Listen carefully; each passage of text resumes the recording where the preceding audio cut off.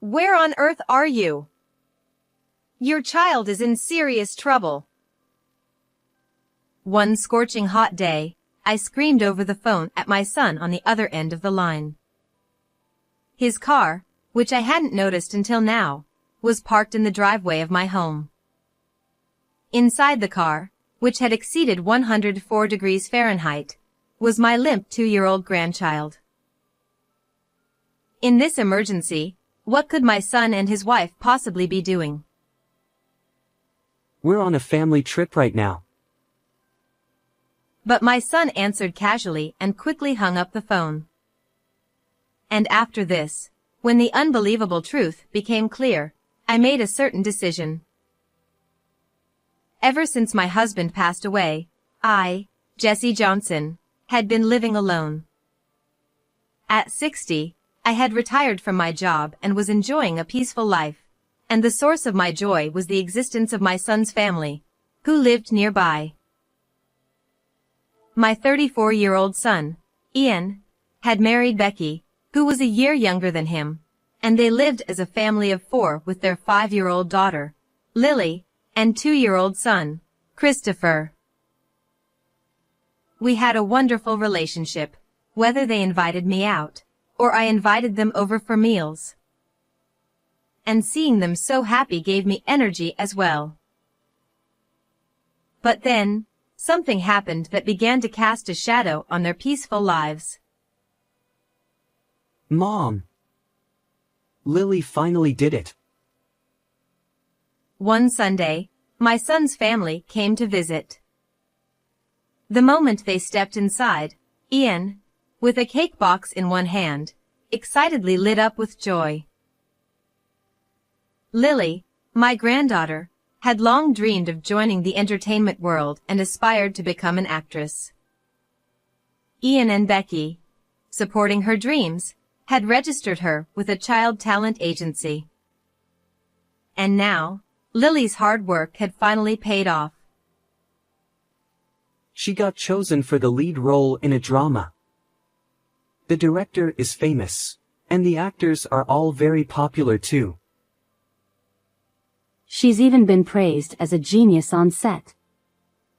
Just like I thought. She's amazing. Just like my kid.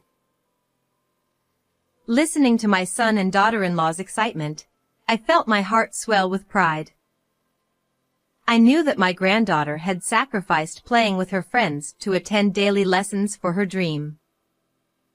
Her hard work had finally paid off, and there was nothing more gratifying. Lily, that's wonderful. Your dream came true. However, the moment I looked at her face, I was taken aback. Despite her dream finally coming true, my granddaughter didn't seem overjoyed. Moreover, when I looked closer, I noticed Christopher, her little brother, sitting with a downcast expression. Is something wrong with the two of you? You both seem a bit down. It's just that she's a little nervous about the big role. She'll be back to her usual self after having some cake. But Ian and Becky didn't seem to care about the children's mood and quickly set about serving the cake they'd brought. Yet something was off. Lily, you'll have this shortcake, right? Mom, which one do you want? I don't mind, but why are there only 4 cakes? As I prepared the plates, I tilted my head in confusion. There were 5 of us, counting Christopher, who could now eat cake, yet there was 1 cake missing from the box. Becky suddenly shot an angry glare at Christopher. This boy had an accident in the toilet this morning. So, he's being punished. At her harsh tone, Christopher visibly flinched. It seemed that Becky was a bit too strict in her parenting. And though Christopher was a rambunctious child by nature, which I found endearing, it appeared she was trying to correct his behavior. But seeing him sit in the back, watching us eat the cake, I couldn't help but feel sorry for him. Let's keep this a secret from Mommy and Daddy, okay? Eventually, when my son and daughter-in-law were away from the table, I secretly gave Christopher some of my cake. Seeing his face light up with a smile, and noticing that Lily relaxed a bit as well, I finally felt some relief. I'm sure it's just their way of parenting, and it's not my place to interfere. But something this small should be fine, right?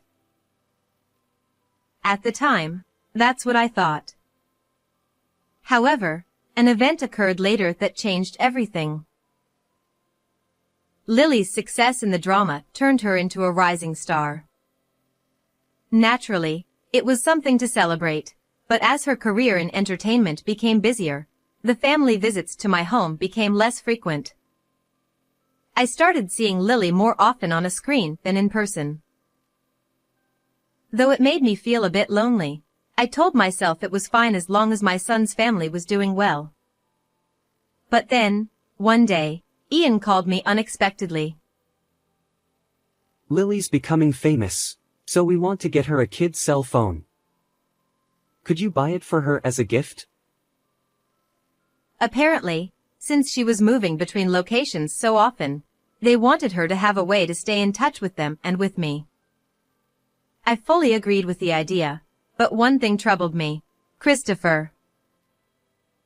If that's the case, I'll buy something for both grandchildren. It wouldn't be fair otherwise.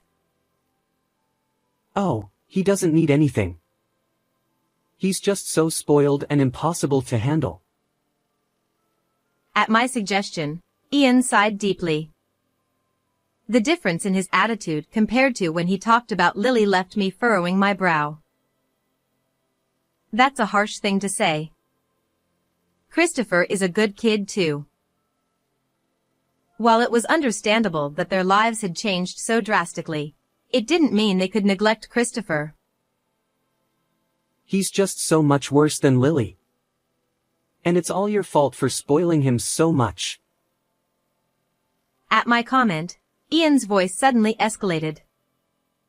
He continued venting about how Christopher didn't listen and how he was worried that he wouldn't turn out to be a decent person.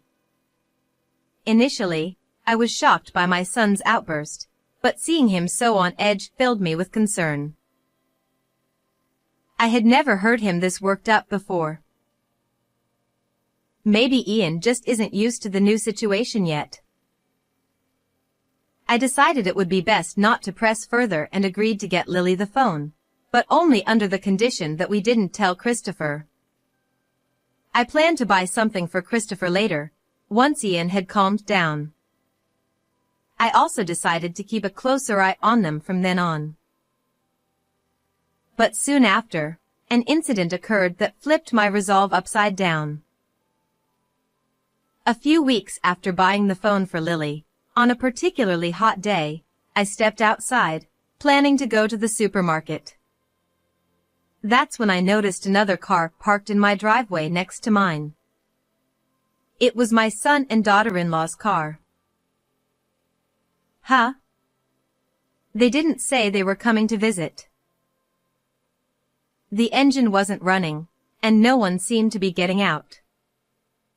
Curious, I peeked inside through the window. And the moment I did, my eyes widened in shock. Christopher! What are you doing here? There, in the passenger seat, was my grandson, slumped over and motionless. The temperature gauge inside read 104 degrees Fahrenheit, and it was clear that he was in serious danger. This is bad. I need to hurry. Panicking, I called an ambulance and quickly dialed my son's phone, knowing he had the car keys. It was a record-breaking hot day according to the news. What on earth were they thinking, leaving him in the car like this? Hello? Ian, where are you? Your child is in serious trouble. My voice grew urgent as I explained the situation. We're on a family trip. We're not there. What do you mean? Christopher is here.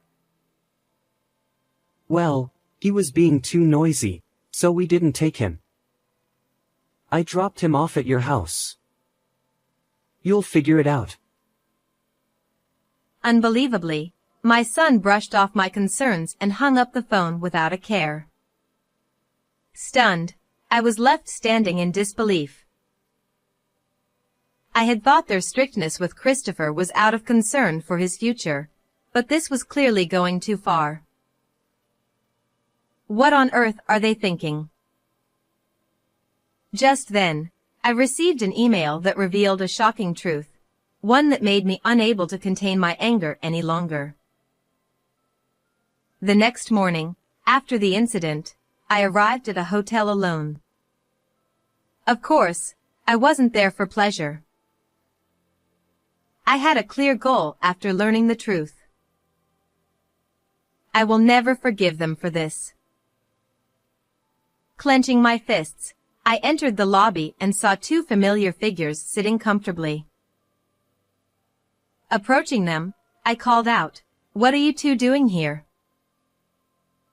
Ian and Becky, chatting casually, turned to look at me in shock. What? Mom! Why are you here? Where is Lily? She's still asleep in the room. We just got out of the bath. Seeing them leisurely enjoying their trip while Christopher had been left behind, my anger hit its peak. How could you even do such a thing? To treat your own child that way? Recalling the terrifying scene I witnessed in the car the previous day, I shuddered. A few minutes after we found Christopher unconscious, an ambulance and rescue team arrived, and he was somehow saved. Thankfully, he survived with no lasting effects, but the doctor told us that if he had been found any later, he wouldn't be alive today. He's in the hospital now, but... Do you even realize what you've done? As a mother myself, no matter how old they get, your children are always precious. I couldn't comprehend how they could leave their child in such a dangerous place while they enjoyed themselves. It was unthinkable. You're overreacting. That was just discipline. Exactly. If only Christopher could be more like Lily and make things easier for us. But he's just noisy. Yeah, who wants a kid throwing tantrums on vacation? We were nice enough to leave him in front of your house, weren't we? I let out a deep sigh as I watched the two of them show no sign of remorse. It seems that with Lily's growing fame, they've become even more arrogant than I expected. I couldn't leave my grandchildren in the care of these two any longer. Do you even know how I found out about this place? It was Lily who told me. They hadn't expected Lily to be involved, and my words left them wide-eyed in shock. It all started when I received a message from the kid's phone I'd given Lily, right when Christopher was being rescued. The message said, "Christopher's still in the car. Grandma, please help him." Even though their parents were treating her brother this way, Lily was the only one looking out for him. What? When did she? That's not all she told me. I know everything about what you've been doing. I stepped closer to my flustered son, showing him my conversation with Lily. After I informed her that Christopher was safe, she began pouring out everything that had happened. Lily told me that Ian and Becky constantly took out their frustrations on her brother. If he made even the slightest mistake, they'd withhold food or hit him. Everything she revealed was too cruel to pass as discipline. It was then that I resolved to bring my son and his wife to justice. But that wasn't the only shocking revelation. And it wasn't even Lily's choice to enter show business, was it? And what you've been saying to Christopher? To my horror, what I had always thought was her dream turned out to be something her parents had forced upon her. Over and over again, she had begged them to let her play with her friends at school. And as for Christopher, they had constantly told him things like, "We don't need you," or "One child is enough for us." Naturally, Lily had been forbidden by her parents to speak of this, but she finally couldn't take it anymore and found the courage to reach out to me for help. "How could you say such things to your own child? You're both unfit to be parents." Realizing the full extent of their horrific actions, I glared at them with all my might.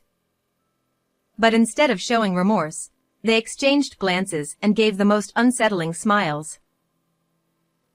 You can say what you want, but it won't change the way we think, will it? That's right. Even though we dropped him off, it would have been easier for us if Christopher had just passed away.